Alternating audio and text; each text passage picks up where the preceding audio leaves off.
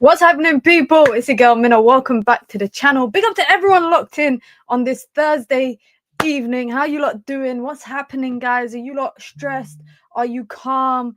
Are you don't care? What's the vibe? What's the vibe in the fan base right now? Because I think everyone is just waiting for the Europa League final. No one's even talking about, guys, the Chelsea game tomorrow. Like, no one's actually even talking about it. Big up to everyone in the chat. Big up to Nicole always. Big up to Wahib, Amir as well. Big up to all of you lot in the chat. Be sure to hit the like button. Be sure to subscribe. We got a lot to talk about, guys. We got a lot to talk about. No match reaction for the game tomorrow because I'm traveling to Saudi for 36 hours. Yeah, I know, it's mad. I'm traveling to Saudi for 36 hours for a shoot, and then I will be back, and then we'll have a watch along Sunday, and I will literally be running on no sleep, guys. We'll have a watch along for the FA Cup Women's Final, so make sure you guys tune in. I'll try my best to get a reaction out maybe on Saturday after the Chelsea game, but if it's one of them games where it's not even worth me doing a reaction, guys, I have a feeling that's what it's going to be like. But there's a lot on the line for Chelsea. Big up to OJ. Uthman says, not excited for anything United related, to be honest. I'm enjoying the NBA right now. Really, as a team who has been sent to Cancun in the first round, I'm enjoying the NBA playoffs right now. Big up MUFC 14 says, big up Minna, big up the minions. I hope you are doing well, my friend. What's up, Minna? Nothing much, man. I'm good, guys. I'm good. Welcome to KSA, sis. Yeah, man. I love the Kingdom of Saudi Arabia, man. Shout out to, listen, I was having problems with my visa. Bam. I just DM'd the ministry with urgent help, saying, please help me, and they sorted out the problem that I had. So shout out to KSA. It's going to be very fun. I'm going to try to do a behind the scenes of what I'm getting up to for that 36 hours, just to show you guys who I'm shooting with, some players, clubs, etc. I will try my best to do that. Honestly, I'm already tired of United news and discussing Erik ten Hag. OJ thinks, you know, when United is making you bug out, United is making you bug out because he thinks Ten Hag is still the manager. I mean, it looks like Ten Hag could get the Bayer Leverkusen job. He might get the Bayer Leverkusen job. I know it was a little slip up there. We really need Osimhen, Gyökeres, Liam Delap, Edison, Matheus Cunha next summer transfer window. Amir, my friend, you think we need them? You're right. We need them. Are we gonna get all of those players? I highly doubt it. Big up to Gamer TV says, well done, Minna. Big up the chat and them things there. Big up to you guys, man. Listen, guys, be sure to hit the like button. Be sure to subscribe. If you want to join the membership club, you can. It's the pinned comment in the chat. You get your badges, you get your emojis, you get your custom member content, and of course, you get to support the growth of the channel, the ever-growing channel. If you guys have not checked it out, members, check out the member-only vlog that dropped a couple of days ago. I think I dropped it. Make sure you guys check it out. And if you want to see more stuff like that for the members only, then I will try and make that happen. I'm not going to be in Riyadh, actually. I'm actually going to be in, I think it's the third city. It's not Riyadh and it's not Jeddah. So I'll let you guess which city it is. But it's on my bucket list, inshallah, to visit Riyadh, especially for like the Esports World Cup that happens between July and August. So definitely I'm trying to visit Riyadh. I've got a lot of family there as well that I want to go and see. Let's talk non-United transfer for now, because guys, Premier League teams are moving mad right now. I'm seeing Frimpong to Liverpool. I'm seeing Reinders to Manchester City. One of my favorite midfielders in the Italian league are probably between Barella and Reinders. I always said them two are my favorite. I'm seeing Reinders to Manchester City, and they respect the fact that he is focused on the last couple of games with AC Milan, and then he's ready to open talks with Manchester City. AC Milan as well are ready to sell, and it's crazy because he just signed a contract like couple of months ago, and I thought him signing a contract meant he weren't going anywhere, but clearly he might have a release clause. I'm not too sure. But Florian Wirtz, Man City are in talks with him. Liverpool are in talks with him. Dean Howson is going to Real Madrid. Like, so much is happening, and we hear, all I'm seeing about Man United is that there's no end of season awards because the men's team suck. Well, the women and the academy shouldn't be punished because the men's team suck. Number one. Number two, Jim Ratcliffe has decided that he's no longer going to pay for a lot of the backroom staff and Man United staff to travel to the cup final. Eric, you lot making me talk about Erik ten Hag. Ruben Amorim is paying for his entire back staff, so everyone. So I think it's like the assistant coaches and that get priority to go, but I'm talking about like the technical analysts who analyze mid-game and all of that stuff. He's organizing for all of them to basically travel to Bilbao for the final. Shout out to Ruben Amorim. What a guy, man. He's a serious guy. But really and truly, there is nothing. Like, I'm looking at all these other teams, like getting here we goes. Like, let's look at David Ornstein, right? Let me go on David Ornstein's Twitter just for now, because I saw like back to back. Real Madrid activate 50 million release clause for Dean Howson. I mean, they need him. They need a centre back. They need to buy two. Early this morning, Liverpool advancing in talks to sign Jeremy Frimpong for 35 million release clause, guys. 35. That's 29 million pounds. 29 million pounds for Jeremy Frimpong, who is a wing back. And who needs a wing back? Manchester United. Manchester United need wing backs. Liverpool, who don't need a wing back, are signing a wing back. I mean, defensively, if they want someone who's on par with Trent, they got the right guy. But offensively, he adds so much. And I don't know how it's going to work. Personally, I'm thinking, okay, Mohamed Salah, right winger, Frimpong, essentially right wing back.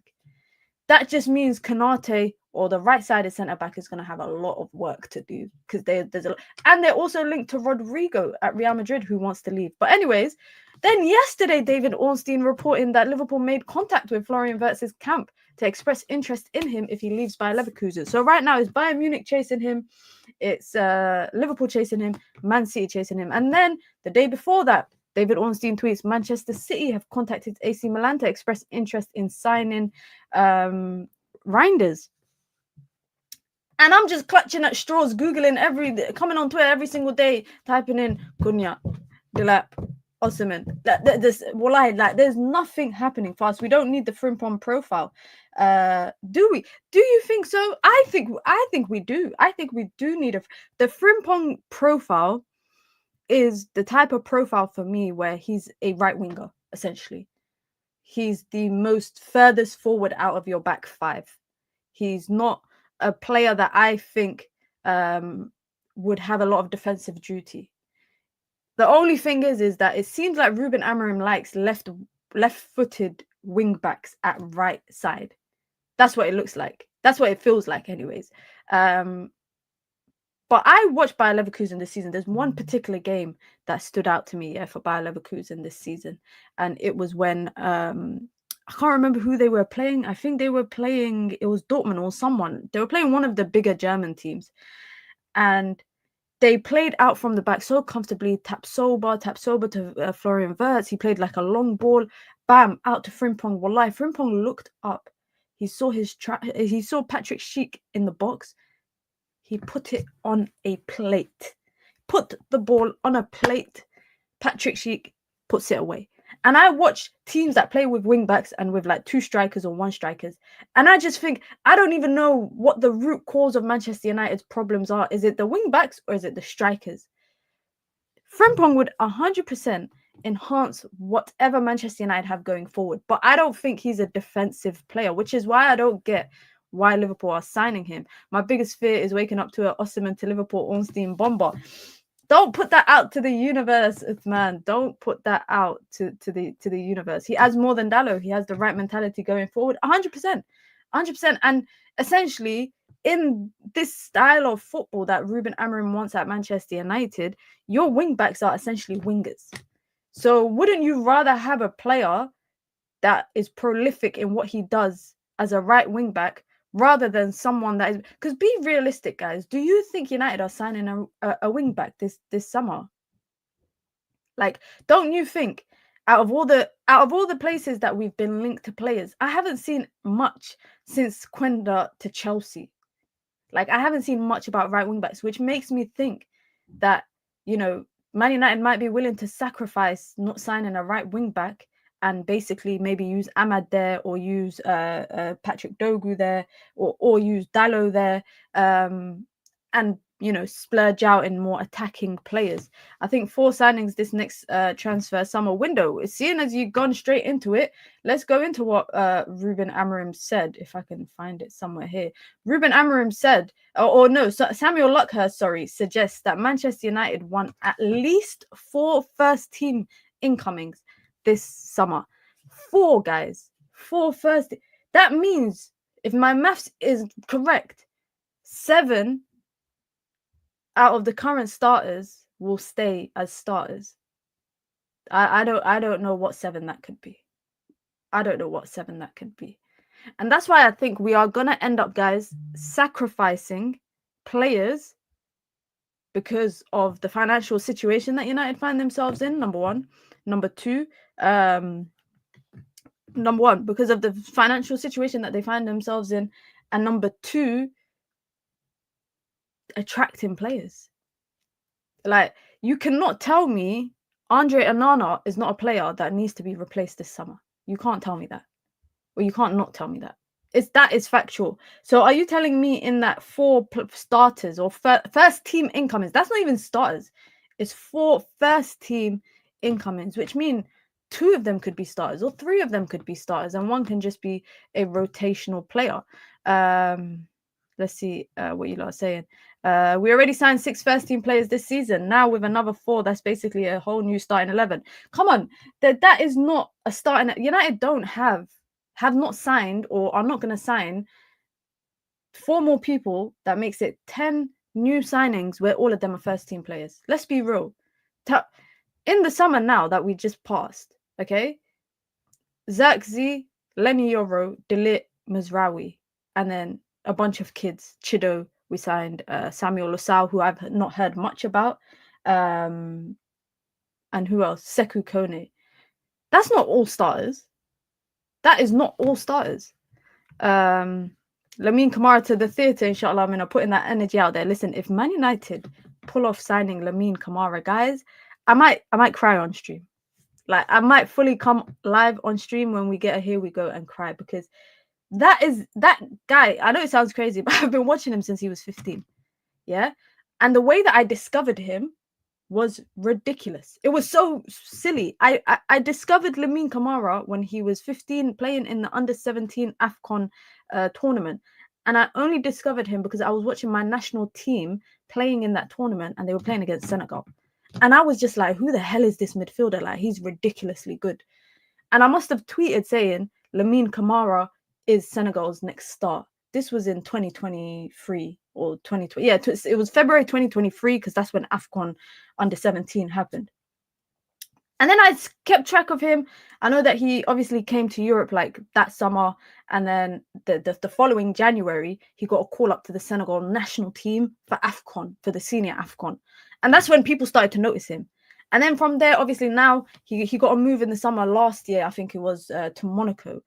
But I always said Monaco is a breeding ground for good players. Like, they sign young players to then prop them up and then sell them on. And the teams that tend to buy from Monaco, if it's like a English team, it's not going to be like us, unfortunately. Maybe it might be now with Christopher Vivell and that we might sign from Monaco, young developing players, but normally it'll be like the Brightons and the Bournemouths and the Brentfords and whatnot. They're the kind of people that will sign. But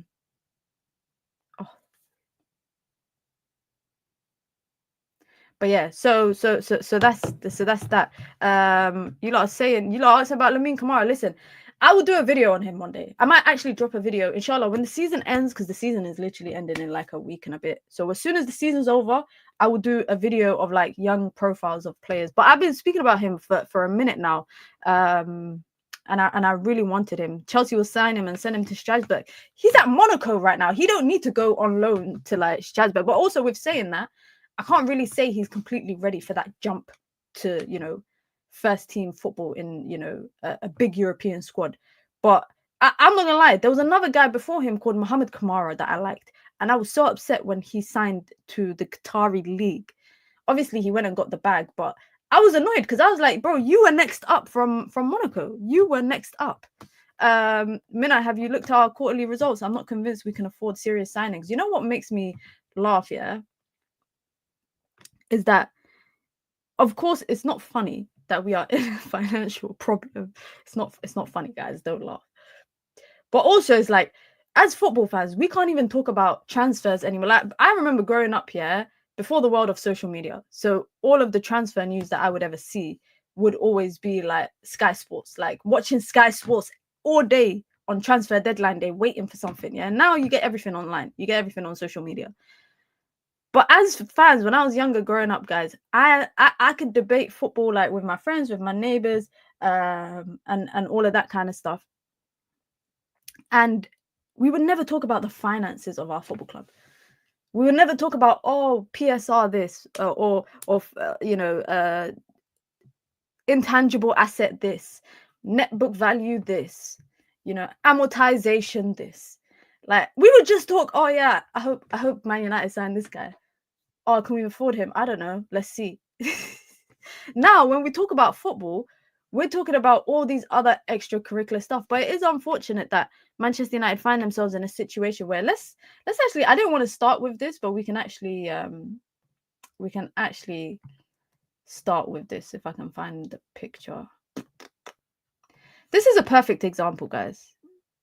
Yeah, PSR wasn't a thing growing up, but financial what's it called? Limitations still was a thing. It was still a thing. PSR necessarily didn't exist until 2012, 13 times, but it still had, you still had to sell and spend quite comfortably. But Matheus Cunha is a prime example of the situation that Manchester United find themselves in, because he's got a 60 million release clause, 62 million release clause, right? Reportedly, Manchester United are close to agreeing a deal to sign him. And this was reported a couple of days in terms of the transfer fee, because similar to what they did with Joshua Zirkzee and anyone else that they will sign that has a release clause, they want to pay add-ons that are not included in the release clause, which will allow them to pay the release clause across installments. Now, sometimes some release clauses, it says it, in black and white, you must pay in full. Yeah. But sometimes Manchester United, it seems, are now trying to find a way around that by offering slightly more than the release clause with the hopes of paying less. In particular, with Matheus Cunha, it's a 62 million release clause and they're willing to pay 6 million add-ons. That is not added in by Wolves, it's added in by Manchester United with the hopes of paying it across 3 years, because United are that broke. And the cash situation at Manchester United is a big problem. Now, they want to do a Klarna thing. Literally, guys. Literally, it's a Klarna thing. If you lot don't know about Klarna, or not even, what's the other one? Clear Pay and all this stuff, where you buy something and then you pay it off in installments. You can buy a washing machine, pay it off installments. You can buy a fridge, pay it off. In this day and age, unfortunately, with the world of credit, and how accessible it is to people, you can buy anything. I'm sure I could buy a car and pay in installments. It's called finance. It's called leasing. But that's what United are doing now because of the financial situation that they find themselves in. No, bro, Wahib, you're saying that nobody pays 62 million up front. A lot of clubs pay release clauses up front. Not all clubs do, but sometimes if the club doesn't budge, the selling club, it's either you pay up or you keep it stepping. Now, it is a smart thing to pay it in installments. But someone said, look, Chelsea do that, but not all clubs, not all clubs pay more than a release clause. Like, if you're talking about transfer fees, that happens all the time. That happens all the time. You lot are saying it happens, this is a normal thing, but look at this, for example, yeah? Now, I don't want to compare it, but you lot are making me bug out. Real Madrid, who have activated Dean Howson's release clause, is getting ready to pay the release clause up front. But my point is that Manchester United are not paying it all up front, and they're basically paying interest to pay it across a number of years. Sometimes clubs pay it across a number of years without paying this extra interest, quotation marks. Now, Manchester United, I don't know if you guys saw, this all goes back to Jim Ratcliffe saying that Man United would have run out of cash by December 2024, if you guys remember. They said that they would run out of cash 2024, December. And I read in an article the other day on The Athletic about the Glazers, because it's literally 20 years to the Glazers taking over. Yeah, it's 20 years to the Glazers taking over. That didn't sit right with the Glazers. Jim Ratcliffe coming out and saying that. Now, if you guys want to read a book, yeah, shout out to Nuruddin because he actually put me on it. But I'm not reading the book. I'm actually listening to the audio book because I can't be bothered to order the book and then wait for it to come. But I'm listening to this audio book. If you guys have Spotify or anything, it's called The World's Biggest Cash Machine: Manchester United, the Glazers, and the Struggle for Football. I would highly, highly, highly recommend you to listen to it or read it. Read it. You can get the book on Amazon. It's a very good book that essentially breaks down everything, basically how the Glazers took over. It's from Chris Blackhurst, who was a former editor of The Independent. And he talks about basically how the rule came into place once the Glazers took over. The government then put in a rule that you cannot take over a club with credit. Like, you can't do that. And it says, it gives you insight and details that will both amaze and appall you. The book is called, I'm gonna repeat the book one more time. Actually, I'll bring it up on screen here if I can find it. I'm listening to the audio book, so if you got Spotify or anything, World's Biggest Cash Machine. This is the book here. This is the book here. It's called The World's Biggest Cash Machine. You can get it from Waterstones. You can get it from Amazon. It's £10 at Waterstones. What is it? It's like £15 on Amazon. I'm listening to the audiobook just because I treat it like a podcast and I listen to it like a podcast.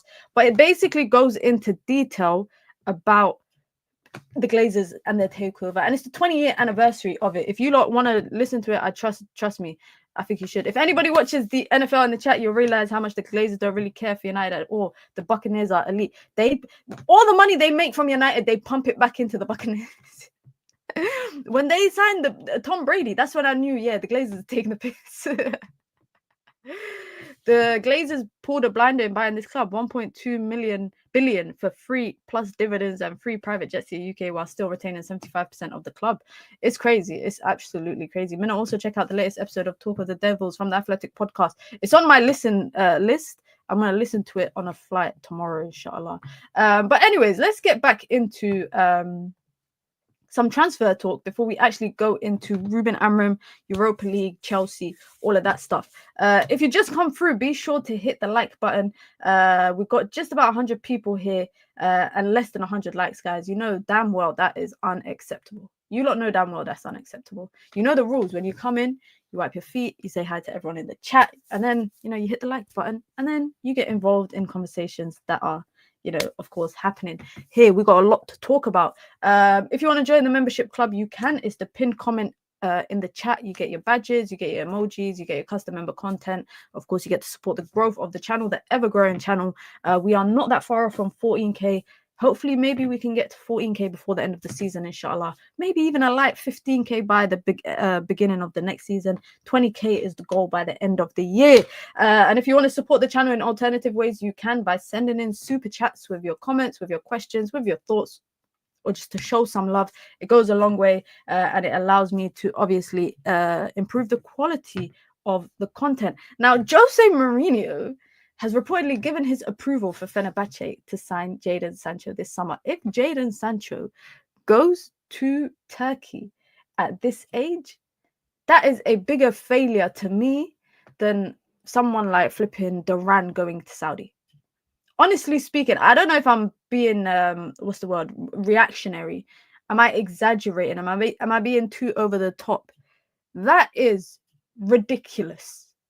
I mean, I think it says a lot how much money Chelsea spend. Yeah? I think it says a lot how much money Chelsea spend on wingers and just players in general. Like, they throw around money like no man's business, right? But the fact that they don't even want to buy you, that's really sad. That's really sad. And I saw he scored a good goal. I think it was last week in the Conference League. And you lot know Chelsea versus Real Betis. I'm rooting for Real Betis in the Conference League. I got no shame. It's not because I'd rather Anthony win than Sancho, because I'll never root for Chelsea. Simple as that. Sancho, I wish you well. But I think it's quite damning for a player like Sancho that Chelsea would rather pay money to not have you than to pay money to keep you. Even though it's a light 5 million, to them it's nothing in it. Versus 25 million. Big difference. But the fact that they don't even want to explore that option and what they've seen, it took them until what, February to make the decision? They saw 6 months or 5 months of your football and said, yeah, actually, we don't want him. We don't want him. It's very sad. It's very, very sad. And if he goes to Turkey, somewhere like Fenerbahce, Turkish fans don't fuck about. They will beat you up in the street if you're not performing. Like, there's one thing about, like, fans outside of England. They don't F about. They really don't F about. So I fear for you if you do not perform well if you go to Fenerbahce. They will drag you through the streets of Turkey. Literally, not figuratively. Literally. They will turn up at the training ground and probably jump over the fences and you will get got. But I also think it's quite damning if that's where his career takes him. Turkey, no disrespect to Turkey, because I think there's fun, like, firstly, that my cousin went to Turkey, Fenerbahce versus Galatasaray last year, and he said it was the best football game he's ever been to in his entire life. Yeah, I know the atmosphere is amazing. The fans are legit. Like, the tifos are serious. But someone who was labeled as a English wonder kid should not be playing in Turkey at the age of 24. I actually will go on and say, yeah, if Jadon Sancho goes on to go to Turkey, and I know it's just interest from Jose Mourinho, but if he went there, his career has panned out worse than Dele Alli's. Like, genuinely speaking, his career has panned out worse than Dele Alli's. Dele Alli had a lot of external factors as well that impacted him, and it's good to see him getting on his feet at Como FC. The only thing that Jadon Sancho had over Dele Alli, in my opinion, and this is all hypothetical, right? But if he went to Turkey, the only thing he would have had over Dele Alli in his football career is money. It's the pay. It's the salary. He was making money whilst underachieving. Dele Alli not necessarily making money like Sancho was, but still making money because he was still on good salary. That's it. You ain't got nothing else to prove for your career in England. It's approaching nearly 5 years that he's been in England, guys. I can't even say five memorable performances from Jadon Sancho. I can't even say it. I really can't. It's so sad. Even at Chelsea, like, maybe because I don't watch Chelsea every, like, game in, game out, but in the Premier League, I think I went to Chelsea versus Brighton at the beginning of the season. He was okay in that game, but Cole Palmer was the standout player. I haven't seen nothing that, like, wows me, maybe to the level of what he used to be. And this is the problem with football fans. I'm guilty of it myself. We hold on to what someone once was rather than what they are now. Like, I want Jadon Sancho to do well. I want Marcus Rashford to do well. But the truth is that they are not the players that they once were 3, 4, 5 years ago. Well, Jadon Sancho, I can't even say 3 years ago. I have to say like 5 years ago. He's not that player anymore. Marcus Rashford is not the player he was a couple of seasons ago. And we need to accept that. I need to accept that. Yeah, this sounds like a therapy session, guys. He's had good moments and spells for Chelsea. He's just steady at the moment. I think, are you the wrap up, Haven? Are you a Chelsea fan? There is someone here in the chat sometimes who is a Chelsea fan, because I want to know if Chelsea fans want to keep him. I remember when Chelsea signed him on deadline day, guys. Do you guys remember Chelsea fans were saying, "Oh my God, United, you guys fumbled him. Thank you so much." Well, like, it took them like 4 months to be like, "Can you take him back?" Oh, you're a United fan. Sorry, I mixed you up with someone else. There's someone else that in the chat that is a Chelsea fan and sometimes gets involved in the Chelsea conversations. It's okay to do so, especially if they are still young, because that's the standard they set for themselves. That's true. That's true. What do you think is the real reason for their downfall? It could be so much. It can be so much. I think, whenever I speak to, like, coaches at football clubs, and not just coaches, but, like, even, like, people within the environment of football clubs, so, like, performance analysts, etc., they always talk about, environment is so important for players, but not just environment within the club, environment outside of the club. So your routine outside of football is equally as important to your routine within football. And this is like, for example, I don't know if you all remember, Sir Alex Ferguson, whenever he'd sign a player and then they'd move to Manchester, bam, get them settled into a house, he'd be like, okay, cool. Are you married? No. Do you have a girlfriend? Yeah. When are you going to marry her? Settle down, basically. Because once, like, look at players who are married at United who earn a lot of money. Like, I remember one time, I think it was Bruno saying in an interview that he doesn't have time outside of basically football and his family because his time is very limited, right? But when you don't have things to keep you occupied, like Diogo Dalot, for example, I know someone that knows Diogo Dalot very well. And Diogo Dalot is very committed. This is why Cristiano Ronaldo, talks highly of him. Some people might not rate him, but Cristiano spoke highly of him in that interview because he's very committed to the cause of being an athlete. And when he's not training and he's not in the gym and he's not recovering, that small amount of time that he has, he's with his family, he's with his kids, his missus, etc., etc. So when people at football clubs talk about what makes players succeed or what's important for a player to succeed, you could talk about the club and the environment within the club, but you have to speak about the environment outside of the club. Because people in your life, like if you think about yourselves, right, we're not rich, unfortunately. None of us are rich. Well, I don't know about you guys in the chat, but I'm not rich. But I still occupy or hang out with like good people. And I work a lot, guys. I'm a workaholic. Like if I'm not traveling for work or I'm not at a shoot or I'm not planning content or I'm not, recording content or I'm not live streaming, and I'm not watching football, I don't really have much time.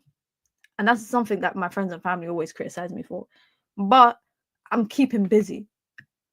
I like to keep busy. And in the little free time I do have, I'll spend it with my family and my friends. That's it. Footballers, and I'm not saying this is why Sancho's failing or Rashford's failing. When you are given that much money so early in your career, guys, you don't have to work for it anymore. Like you've been thrown 350k a week, 6-year contract.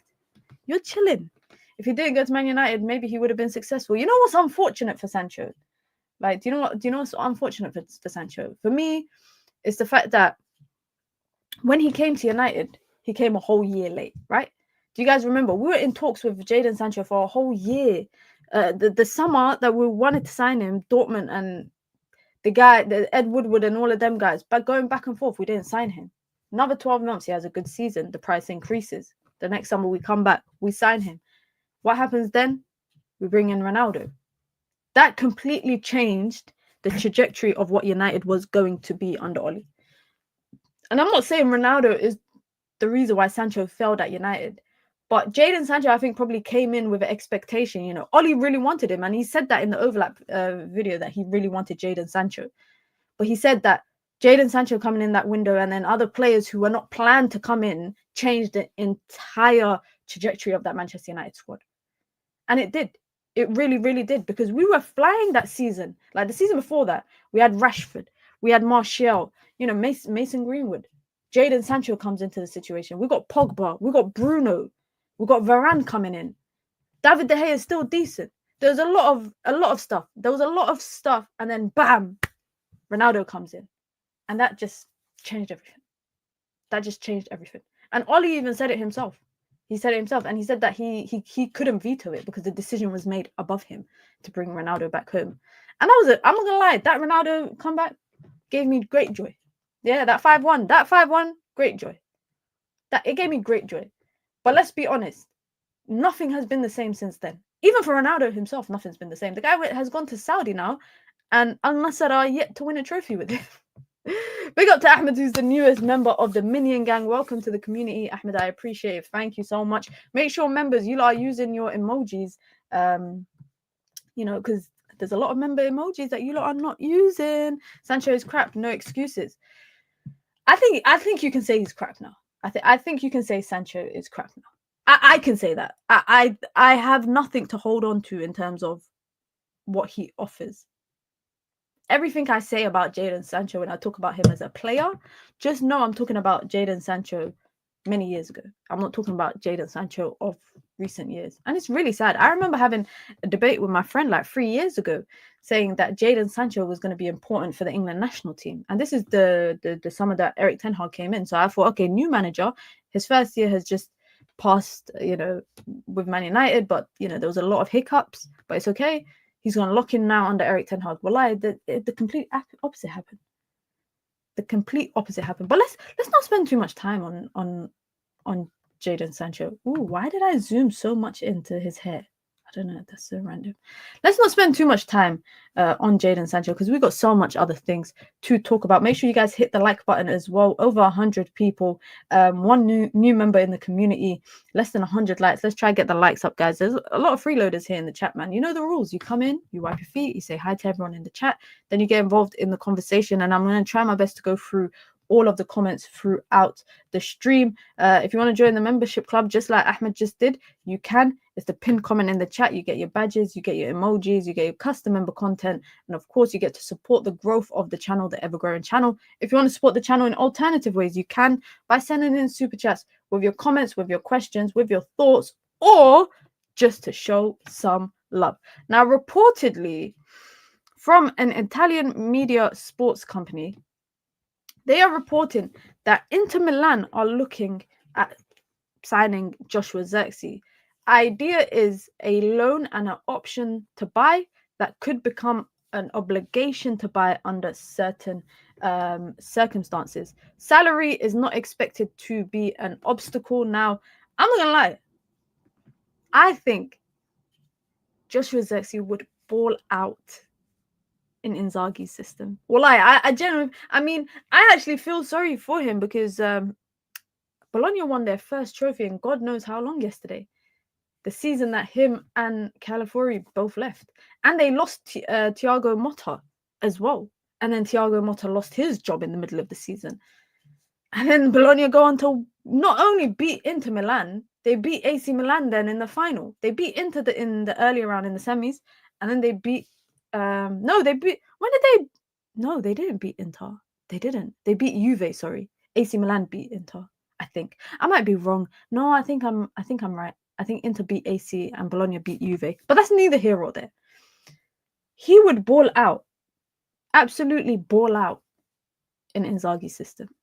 Because they've got a two-man partnership. Like, if you watched Inter this season, yeah? Not just in the Champions League, but even in the league, right? Lautaro and Thuram are quite interchangeable in the front line in terms of who's running in behind, who's, being the target man, etc. But if you watched against Barcelona in particular, yeah, who was dropping deep? One of the two were always dropping deep to link up the play. And because they're strong and physical, what were they doing? Kubasi is playing or trying to play tight to, Thuram or to Lautaro before he got injured. Trying to play tight to him. Back to goal, hold him off, hold the ball up, lay it off for your midfielders. Joshua Zirkzee would flourish in that kind of role for Inter. Not one doubt. You got Denzel Dumfries darting on one side. You got DeMarco on the other side. You got Barella to lay it off to. You've got Mkhitaryan to lay it off to. Whoever. Yeah? Links the game perfectly. But I don't think United should let him go. I just gave a whole speech on how well he would fit into system. Or for me to say, I don't think he should go. Personally, I don't want him to go. I like Zirkzee. However, I do watch, I watch him at United and I think, can we find better in the 10? Can we find better in the 10? That's a question to you guys. If today they said, okay, we will let Joshua Zirkzee go, do you think that we can get Cunha and Mbeumo? And would that be a better option than having Joshua Zirkzee? Because let's be honest, Joshua Zirkzee, he can play in tight spaces. He's got a great touch. He can link the ball up well. He can get the ball going. He can hold the ball. The ball sticks to him like glue. He is physical, but not that physical. He can't drive with the ball and, comfortably skip past players, maybe like an Mbeumo can or maybe like a Cunha can. So there are elements that he can't do that other people can do, and there's things that he can do. But I don't look at Joshua Zirkzee and think, he should be the player that United look at selling. I'm not in the front line, that's for sure. For me, Zirkzee gets another season to perform. Højlund doesn't. Sell Højlund to Inter. I don't think they need him. Wrong Milan, but Reinders would be a good addition to our midfield. Looks like he might be going to Manchester City, my friend. There's no way we're letting Zirkzee go first before that. I can't even. I'm not gonna repeat all this stuff. I just say his name. I'd say his name, man. Come on. I think Zirkzee next to Cunha, world class. Wahib says we could definitely do better. Uthman says sell him Mina. Damn, it's a bit of a mix. Zirkzee took 6 months to adapt to the PL, but was top class before he got injured, and that's what I'm so disappointed about. Honestly, I'm that the fact that he's apparently pushing himself to get fit for the final. Don't risk it, my friend. I know that it's a big deal, but don't really risk it. But also, it's the fact that he was in good form and he got injured in a game that was irrelevante. It's very unfortunate. It's very unfortunate. Now, the one thing I will say is, I don't see what do Manchester United gain from sending him on loan with an option or obligation to buy financially. Man United is not gaining nothing. They're not gaining nothing. Maybe if Inter cover his wages, he's on like 190, I think. So maybe if Inter cover his salary, that might be it. They would benefit from that. But the only people I think should be going on loan is players that are in a dead-end situation at United right now, cannot find themselves any sort of game time, and need game time. He's on 195. Yeah, I'm pretty sure he's on 195. Man United salaries. I might be making it up. But I'm sure he's on 195k. Oh, okay. I just made that up then. Don't ever believe anything that comes out of my mouth, guys, because clearly I'm a liar. I am a liar. And he's on 105, which is not much. Okay, 105. That's 5 million, 5.5 million. Why did I think he was on 195, guys? Well, that is just the assumption I made. Is it Delap? Someone I know is on 195. Yeah, Delap. That's what I was looking at earlier today. You're a liar and an actress. Go the fuck out. Sorry, guys. It's Delap that's on 195. And by the way, guys, if you didn't know, United are still paying half of Jadon Sancho's wages. And they're playing I think it's like 30% or 25% of Rashford's and 25% of Anthony's. But yeah, Joshua Zirkzee, if United let him go on loan and intercover his entire salary, 105k a week, that's £5.5 million that United are saving. 5.5 million. Now I was gonna say that's not a lot, but right now United are penny pinching. Right now,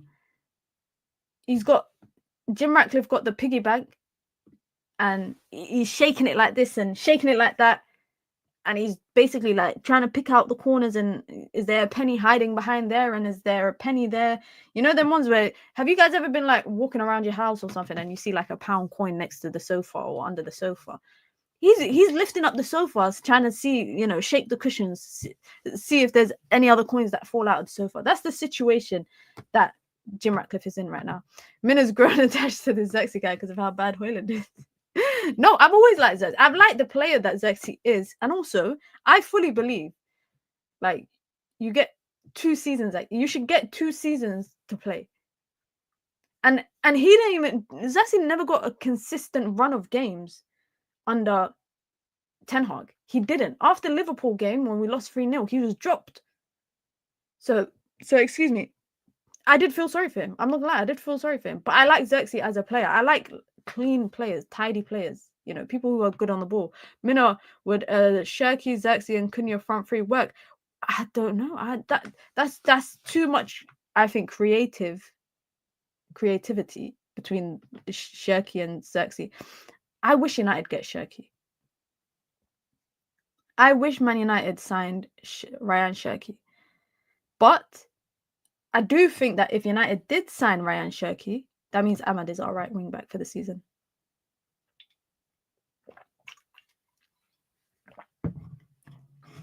By the way, guys, this is not sponsored, but make sure you guys check out Drip Water. What's the slogan? The slogan is something about it's just water or something like that. But it's very nice. It's better than other water I've tasted, even though all water is meant to taste the same.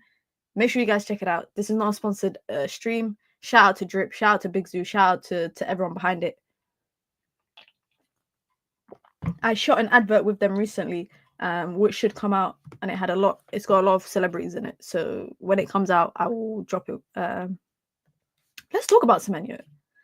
Let's actually talk about Semenyo, a player that I actually like. Yeah, I'm not gonna lie, he's a player that I actually like to watch for Bournemouth, but he's very inconsistent. But I like the fact that when I watch him, like Semenyo for me is an example of eye test, right? You watch him and he ticks things that you see whilst you're watching him. You know, he picks up the ball, he drives with the ball, gets past his fullback. His finishing product is not always there. However, £70 million, I don't know what they're smoking over there at Bournemouth. Because Dean Howson is going for 50 million, they think I think if you reverse the price and you put 50 million on him and 70 million on Dean Howson, I might even respect that a bit more, personally. But 70 million for Semenyo in this economy, in this inflated economy, where bread costs like £2, you must be having a laugh. I like him. I like Semenyo as a player, but I like him as a 40 million player, not a 70 million player.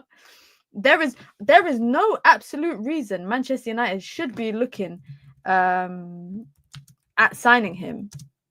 Absolutely, there should be no reason why Manchester United should be looking to sell him. Another player that Man United are looking to sign, and again, is for me, it's all down to price tag. It's Callum Hudson-Odoi. I mean, again, are we signing him to turn him into a wing back? Like, what's the logic behind United being linked to to Callum Hudson-Odoi, guys?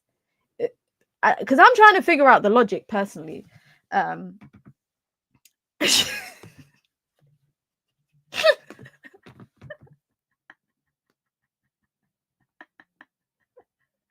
This is so rude.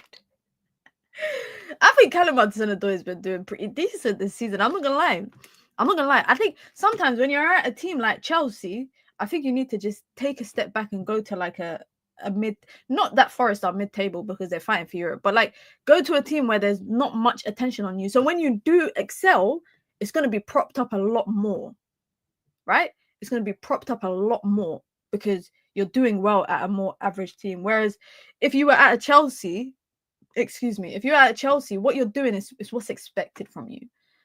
Hudson-Odoi, left wing back. This is what I'm thinking. I was thinking the only logic I can think of United being interested in Callum Hudson-Odoi is if they're going to turn him into a wing back, because again, we don't have. I think in Amorim's system and just overall with Manchester United's wing back situation and just wing backs in general, like if you look at the European teams that play wing backs, they've always got a player that essentially looks like a hybrid of a winger / wing back, and someone who is maybe on the other side a more traditional fullback that's playing as a wing back.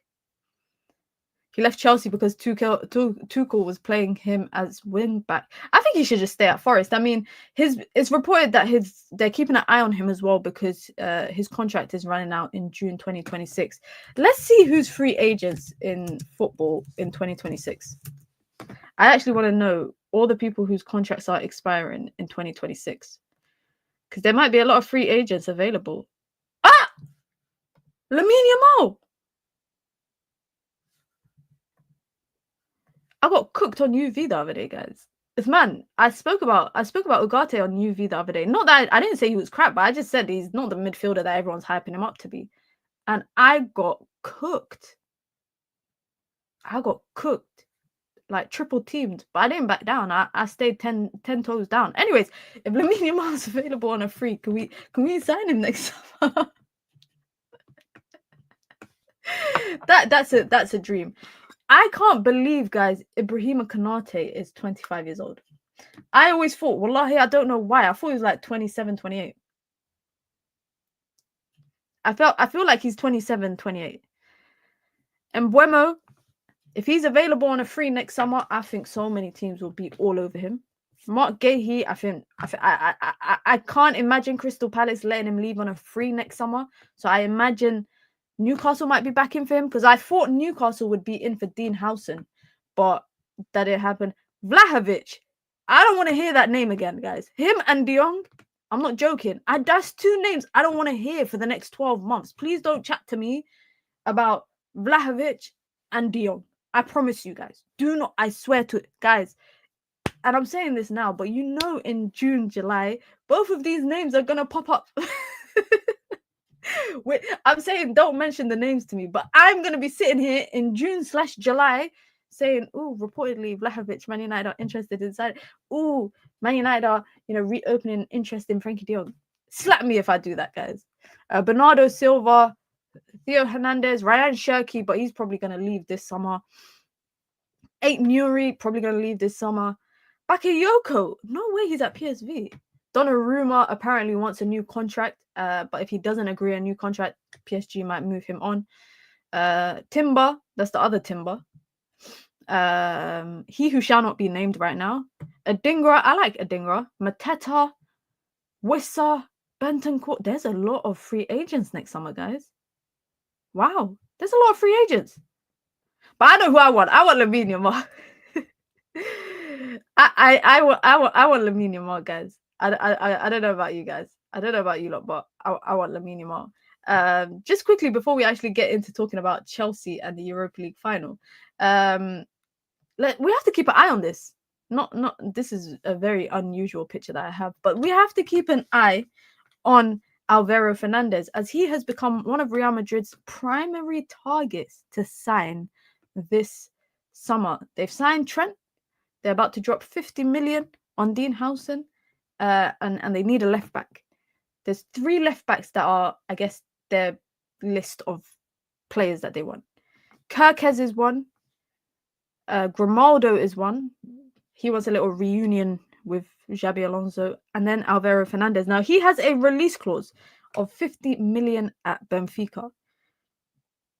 And Manchester United have an 18 million buy option that expires on December the 31st. Madrid's biggest concern for the deal is United, but the player has made it clear that he does not want to return to England. He hates England. That he hates Man United that much that he hates the entire country. He does not want to return back to the entire country. I mean, I don't blame him. Can I just say that? Because I watched him at Preston North End. I think he won Players' Player of the Season at Preston North End, playing as a left wing back. And you're telling me Erik ten Hag did not play him in a senior game at all? He didn't get a fair chance. He did not get a fair chance. The only difference is the same thing could have happened, can I say, with Ahmad. The same thing could have happened with Ahmad. We were just lucky that Ten Hag got sacked before it did. I promise you, because there was reports that Ahmad was looking at leaving Manchester United in the summer because of how it was going for him at Manchester United under Erik ten Hag. And that is why I never want to hear people talk to me about Erik ten Hag's talent ID. Because if he's got talent ID, if you're telling me Erik ten Hag has talent ID, I might as well just call him Stevie Wonder. He can't see anything. The guy can't see anything. And that is based on the players that left and the players that he brought in. So many people, can I say, talk about the players that left from the academy. And you know what? One thing I will say is that not every player from the academy has to be a 100% hit. They do not have to be a 100% hit. It's very rare that every player that comes from your academy into your first team is going to be 100% hit. But I think when a player goes out on loan and plays regular first team football in the championship and excels there, then they deserve at least a chance. Ethan Laird, for example, is a player of unfortunate circumstance. He went on 7 loan spells in like 6 years. When you're going on 7 loan spells, you know you're never getting into United's first team. They're never going to give you a chance. Never, ever. So what did he do? He left. The other kid, Zidane Iqbal, another player, didn't really get into the first team, didn't go out on loan, he left. But Alvaro Fernandez, for me, of that era of the players that were going on loan, it was him and Ahmad, for me, that was clear as day that deserved a chance in the first team. Now, if he goes on to go to Real Madrid, guys, and he balls out at Real Madrid, you lot know damn well what's going to... the revisionism is going to be serious. It's going to be serious. But now the best thing United can do is benefit from him. If, like, I saw a report a couple of weeks ago that was saying that Real Madrid want United to buy him and then sell him to Real Madrid so that they don't pay a release clause. Don't make their job easy. Don't. Unless they're going to give us like Rodrigo. Don't. Big up to Kamal with the super chat. I appreciate it, Kamal. Thank you so much. There's big up Mina. Aiden Heaven is back in the squad. That's great news. That is great news. We're going to get to that and all the kind of squad news because quite a few players are going to be missing tomorrow's game. Mina, what about Savage's son? That guy was dead. And you could tell when Savage is speaking on comms on TNT, you can tell he's salty about his time at United, about his son's time at United. Sorry. His son wasn't good for me. His son was dead. But like I said, not every player from the academy is going to be a hit, guys. That's what we have to accept. Like, not every player is going to be a hit all the time. Let's talk players. Ruben Amorim is unsure if Lenny Yoro and Matthias de Ligt will be fit for the Europa League final. Aiden Heaven is reportedly traveling with the squad for the Chelsea game, so he's back in the squad to face Chelsea. But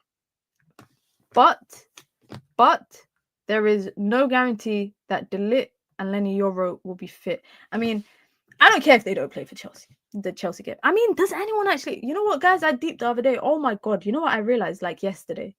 Yeah? Sometimes I'm just, sitting on the sofa, thinking about Manchester United stuff in my head, thinking about the season, PTSD, all of that stuff. And I was like, oh, my God, we got 2 games left of the season. We might not actually get 40 points. It was a joke back in, like, January saying the road to 40 points. But we might actually not get 40 points, guys. Are you lot deep in it? We might end this Premier League season on 39 points. I mean, at least Spurs aren't. At least Spurs aren't. I mean, West Ham have hit 40 points. We have more goals than points. That's jokes. That's actually kind of funny. It was a genuine movement. That's crazy. I was saying it as a joke. But when you say it so much, like my mom always warns me, don't joke about things too much because it will happen to you. And then when it happens to you, you're going to be like, oh, but I was only joking. This is this is a perfect example. Because we were joking about this in January, saying road to 40 points, road to 40 points, road to 40 points. No, but now I actually realize, oh my God, we might actually not hit 40 points. We got Chelsea, who have far more on the line than we do. Let's be honest. So they're going to come out all guns blazing. They are 5th place right now, 2 points off of City. And then we got Villa. Villa themselves fighting for Europe. So the people that we're coming up against have so much more to fight for than we do. We got a little bit of pride, a little bit of dignity. But really, I don't think there's any more left. Now, Ruben Amorim also said that he was far from quitting despite the embarrassment at Manchester United's performances this season in the Premier League. So like I said, currently United sit in 16th place with 39 points and are guaranteed, not even on the road, they are guaranteed to record their worst finish of the Premier League era. That is spooky. So, if you don't remember, on Sunday, after the West Ham game when we lost 2-0, Ruben Amorim suggested that if he is unable to turn around the club's performances next season, that a new head coach should be appointed. He talked about being strong, being brave. Then he went on to say, in his press conference yesterday, he said, what I'm seeing is that since I arrived, I'm always talking about the standards. I cannot see the team having these results, especially in the Premier League, and not say anything and not take responsibility. I have a clear idea of what I'm doing. I understand the problems of the team. So I'm far from quitting. I don't know if he's going to turn it. Sometimes, guys, I'm like, I don't know if he's going to turn it around. I feel like he can. And I really, really hope he can. But sometimes I'm like, it looks bad. Like, for me, I know for a fact, and I say this all the time, Ruben Amorim is not just fighting the fight on the pitch. It's It's the culture at Manchester United that he's fighting. And when the culture is ingrained in you, it's been a part of you for the best part of 10 years. The environment has been like this for 10 years. It's hard to come in and change it in 6 months. You have to, like, when you have problems, you have to get to the root of the problems. What is causing these problems? I'm not saying that, you know, these results are solely based on, you know, things outside of the pitch. No. But when players have this mentality where it's, oh, yeah, Thursday, everything's about Thursday. Everything's about Thursday. We have to, you know, shift our attention to Thursday. It's fine if we lose on the weekend. That's a problem. When players don't want to run against Bournemouth or Forest, but they will run themselves into the ground against Arsenal or Liverpool or City, then there's a problem. There's an underlying problem there. So I absolutely agree with what Ruben Amorim said. But I'm not gonna lie, guys. Sometimes I think, what's gonna change? How can he change stuff? Is he gonna change stuff? That is like what I say to myself quite a lot. Is he gonna change stuff? If not, are we just gonna be back at square one again? Every time we're just gonna be back at square one, back at square one. When was it? United won a title, what, 12 years ago? If I knew that was the last title that I would see for more than a decade, I think I would have celebrated it a lot more. I feel like as fans back then, we were so accustomed to United contending for the title, winning the title, all of that stuff. I swear to you, if I knew what was on the horizon for the next decade and a half, I would have celebrated that league title so much more. So much more. Minute will be Ruben out if we lose the final. Let me ask you lot a question. Are you lot gonna be Ruben out if he loses the final? Honest question. It's just a question. I'm not gonna be. I already said, but I said that I can imagine Ineos sacking him because this has been his bread and butter. Like, the cup games has been, the Europa League has been where he's been getting the results, right? I don't want him to get sacked. I personally don't. And it's crazy because I've sat here time and time again saying that United should just be in the Premier League next season. And I said I didn't want Europe, right? I'll celebrate if we win, shamelessly. But Ruben Amorim said the same thing last week, that he needs more time on the training field and that maybe playing one game a week will benefit them. But I know a lot of people, look, hey, Amin says, I'm Ruben Amorim out if we lose the final. Paul says, I'm already Amorim out. So yeah, a couple of you lot saying no as well. Imran says, I'll be Amorim out if we lose the final. If he wins the final, he has credit in the bank for next season. Now, isn't that similar to basically what, like, the whole Ten Hag thing? Isn't that quite similar to the whole Ten Hag thing? Winning the FA Cup gave him credit in the bank when everyone knew he should have got sacked. Not necessarily saying it's the same thing for Amorim, but aren't we painting both situations with the same brush?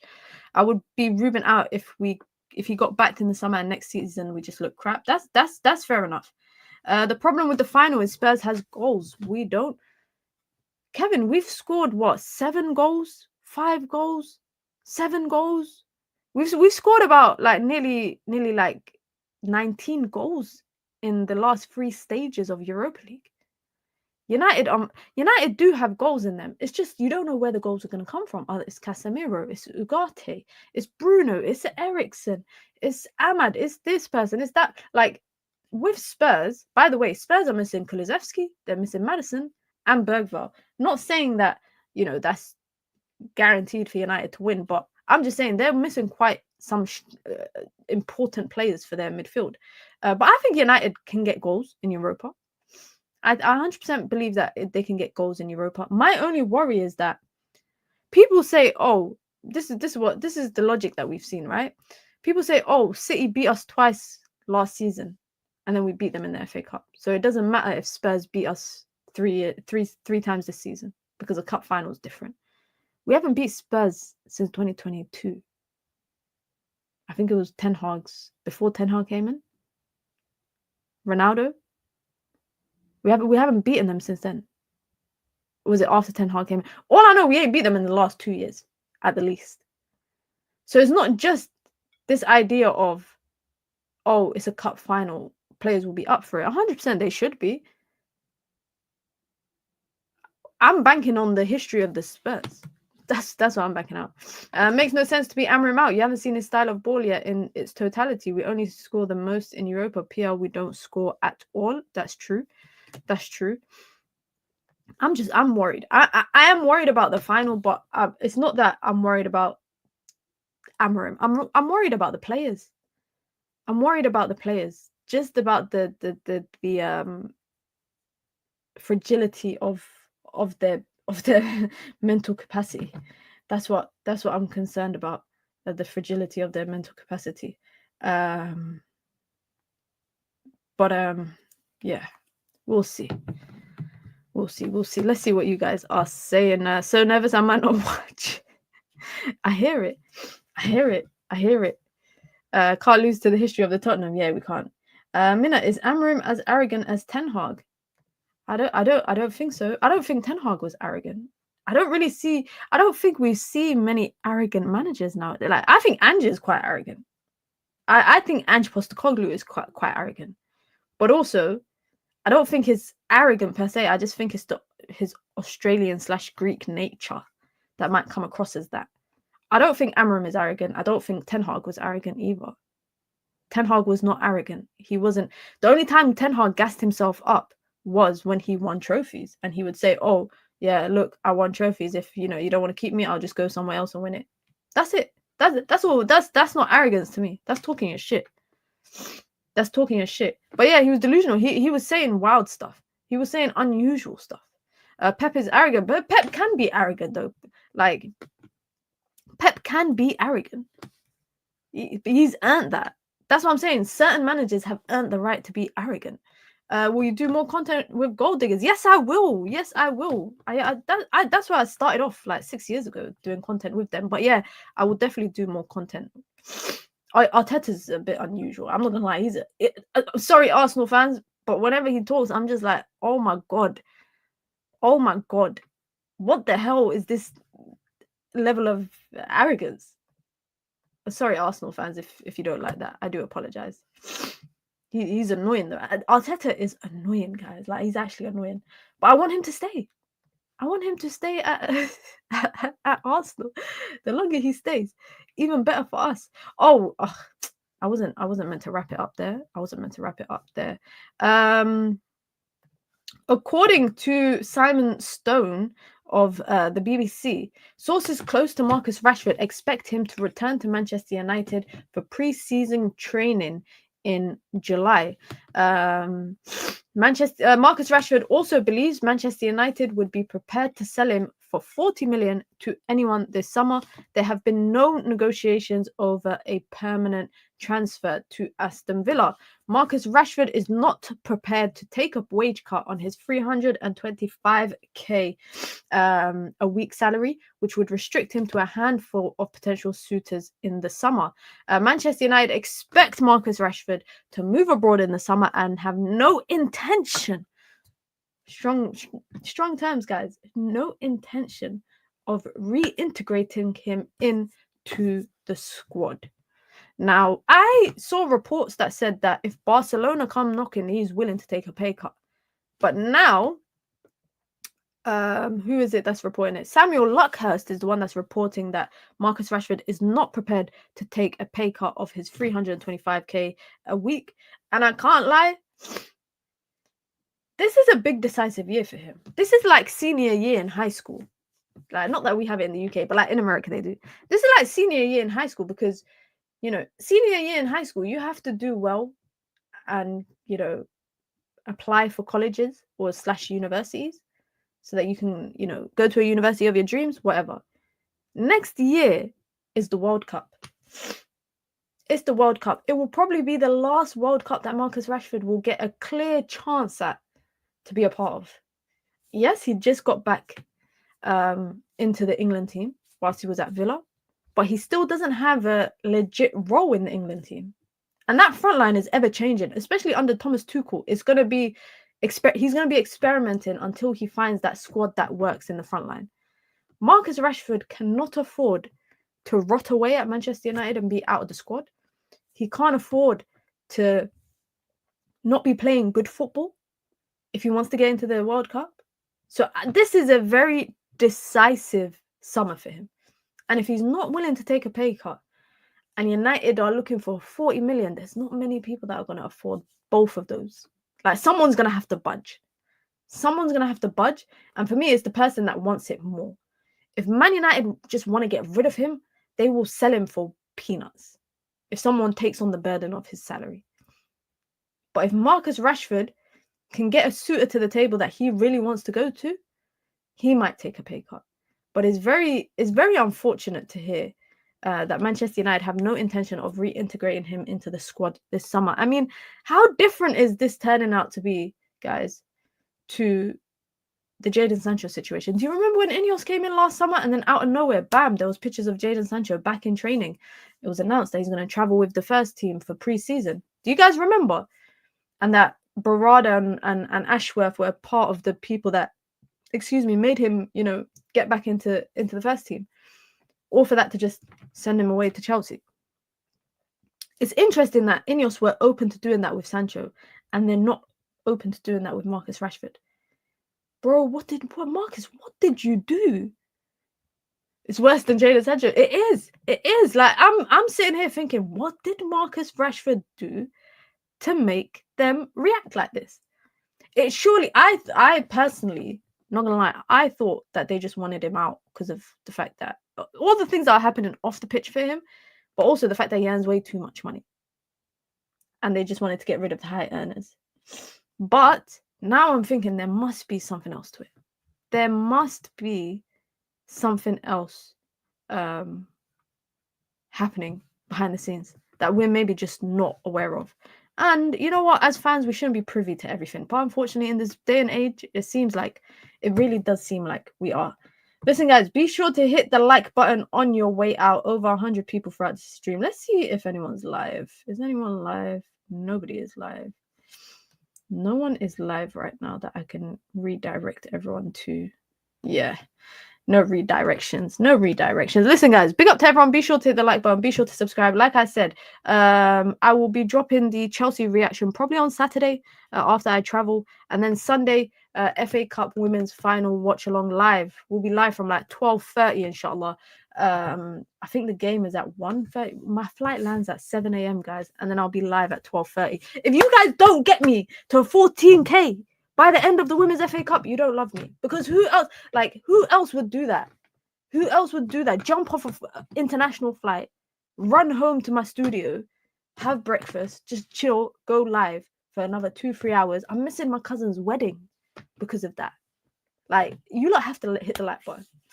You have to hit the like button. Predictions for the FA Cup final, both men and women. I hope Crystal Palace cause an upset. And women, you know what? We just don't beat Chelsea, guys. Man United women just don't beat. The only time we beat them was last year in the semi-final of the FA Cup, 1-0, and we parked the bus for like 80 minutes of the game. This season, we lost to them 1-0. We lost both. Like, we just either lose to them 1-0 or we get smoked 6-0. Like, there's no in-between. There is no in-between. But I'm going... And Jade Riviere is out. She's missing the FA Cup final. So I'm going to say 2-1 United. But that's a hot take.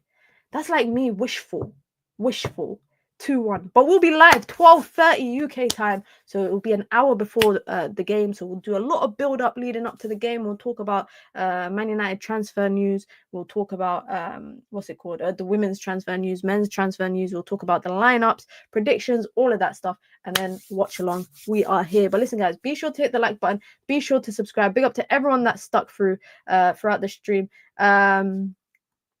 We lose the FA Cup and you knock Barca out for us next season. No. No. Also, I'll be doing a watch along next weekend. I'll do a watch along for Arsenal women versus Barcelona women. This will be the one time in my life that I will be supporting Barcelona women. I like Barcelona women. They dominate Europe, but I hate them at the same time because they dominate Europe. But Arsenal, we're coming for you. I'm saying we like I'm a Barcelona women's fan, but I'll be doing a watch along for that as well. And also, I think midweek the new tournament starts, the 7-a-side tournament that Man United are taking part in. So I'll be doing watch-alongs for that. It's free to watch on DAZN as well. So I'll drop the links for that. Basically, we've got bare watch-alongs coming out. Like throughout the week, we're going to have bare watch-alongs. Bare watch-alongs. Hit the like button on your way out, guys. Big up to everyone. I hope you have a great evening. I'm out, guys. Peace.